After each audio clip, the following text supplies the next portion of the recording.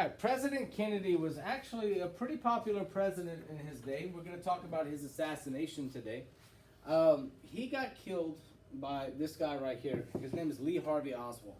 Okay, now Lee Harvey Oswald was a former Marine, I believe, if I'm not mistaken, but he actually failed the marksman test in the Marines 3 times. Okay, so he wasn't really a great shot. Now, Lyndon Johnson, this is right before the second election of Kennedy, whenever he gets shot. He was about to get elected again. He would have won in a landslide, okay? He was a popular president at the time. But he decided that he did not like his vice president, and he was going to replace Lyndon B. Johnson for the second term, whenever he ran again. Well, Lyndon Johnson, he had some ties with the Dallas political machine, okay? Y'all know what a political machine is. I've talked to y'all about it. And the Dallas one was a particularly ugly one. They ruled over Dallas, Texas. To give you an example, one of their hitmen from the machine walked into a country club, shot a guy in the face in front of a bunch of other people, and he sat down, he put the gun on the counter, and he told them, call the cops. And so they called the cops, they arrest the guy, and the guy gets the charges dropped by the judge in Dallas. That's how powerful the political machine of Dallas was. Well, where did President Kennedy get shot? Dallas, Texas. Okay. Who arranged the parade? Lyndon B. Johnson, the vice president. They even picked the parade route. So, there's been this conspiracy, several conspiracies that Lyndon Johnson was probably behind, or at least knew about, the assassination of President Kennedy before it actually occurred. So let's talk about Lee Harvey Oswald a little bit, okay? Lee Harvey Oswald, he was kind of a loner. He was kind of a loser. He didn't really fit in well. He was dishonorably discharged from the U.S. military. And then he was so angry at the military for discharging him that Lee Harvey Oswald actually went to the Soviet Union and asked them if he could be a spy. And after several attempts of them telling him no, they finally said, yeah, we'll make you a spy. So they stuck him in a town called Minsk, okay? And there was pretty much nothing to do there. They gave him ridiculous duties. He was supposed to spy on people that were there. The people that he was spying on were actually Russian spies, okay? And they were watching him just to make sure he didn't do anything stupid. So after 2 years, he gets married. And then he decides he's going to leave and go back to the United States. And when he gets there, he has no job. And he's really angry at the United States still at this point. He hears that President Kennedy is going to come to town for a parade. So he gets a job along the parade route at a textbook manufacturing company. It was full of boxes of textbooks and stuff. On the day of the parade, Lee Harvey Oswald picked out a window, and he built a wall, kind of like a fort, with textbook boxes. So he brought his gun in there, and whenever it was basically quitting time, because usually when a parade goes through a street, they shut down all the businesses. The Secret Service will do that. So when it was time to clock out, he clocked out, and then he went behind his little fort and waited with the window open. President Kennedy comes along in his motorcade with the top down, and he fired, okay, Lee Harvey Oswald fired 3 shots, 3 shots in 2 seconds, okay, with a bolt-action rifle, and he actually hit twice, and one of them was a headshot.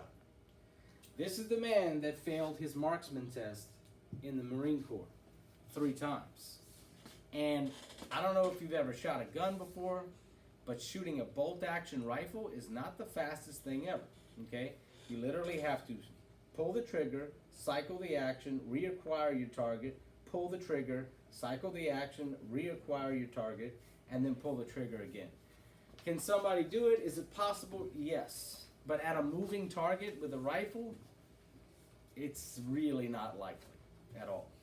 Now the bullets, let's talk about those. The first one comes in through the windshield. And by the way, he's about 4 or 5 stories up. It comes through the windshield, and then it goes through this guy and into Kennedy. Again, through here, here, and then here. He's shooting from 5 floors up, people. So if it comes down here, it should have went down through the car. It should not have changed directions like this. The second shot was a headshot right there, and it blew the back of Kennedy's head out. Jackie Kennedy, his wife, she did not know what was going on. She was freaking out. It's a really sad video.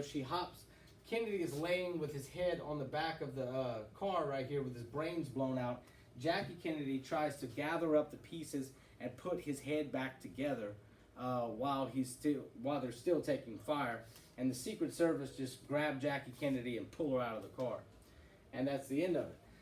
Now, the car that day was later flown to Washington, D.C. And by the time they unpacked it, the windshield had been changed. Everything had been cleaned as well. So, wonder why they did that. Okay. A lot of really weird ideas. We could go into a lot of detail about it, but it's not really that important. You need to know that Kennedy got shot in Dallas, and the vice president, Lyndon B. Johnson, probably had something to do with it. Lee Harvey Oswald was the scapegoat, maybe, or the assassin. We don't really know. Now, whenever he goes to trial, he's about to get read his charges, and they're bringing him from his jail cell to the courtroom to read him his charges. And a guy named Jack Ruby steps out with a .38 special revolver and empties it into Lee Harvey Oswald's stomach. This is the exact moment when that happened. Okay? And they asked him why he did this. And he said, he killed my president. Okay? Well, Jack Ruby worked for the Dallas political machine.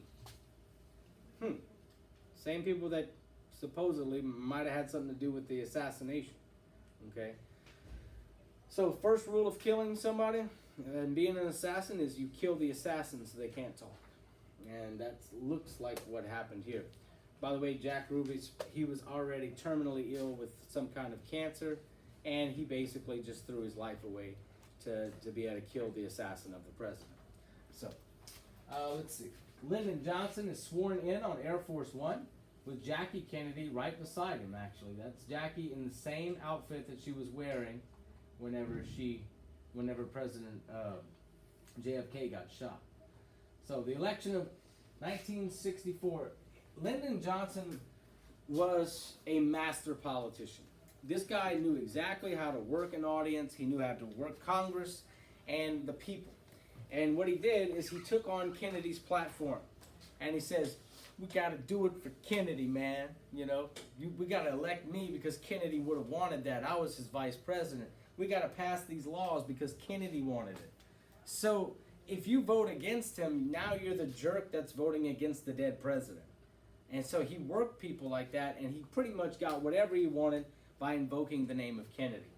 And Lyndon Johnson, I think, if truth be told, I think he is probably the worst president we've ever had, for several reasons that I'll explain throughout the chapter.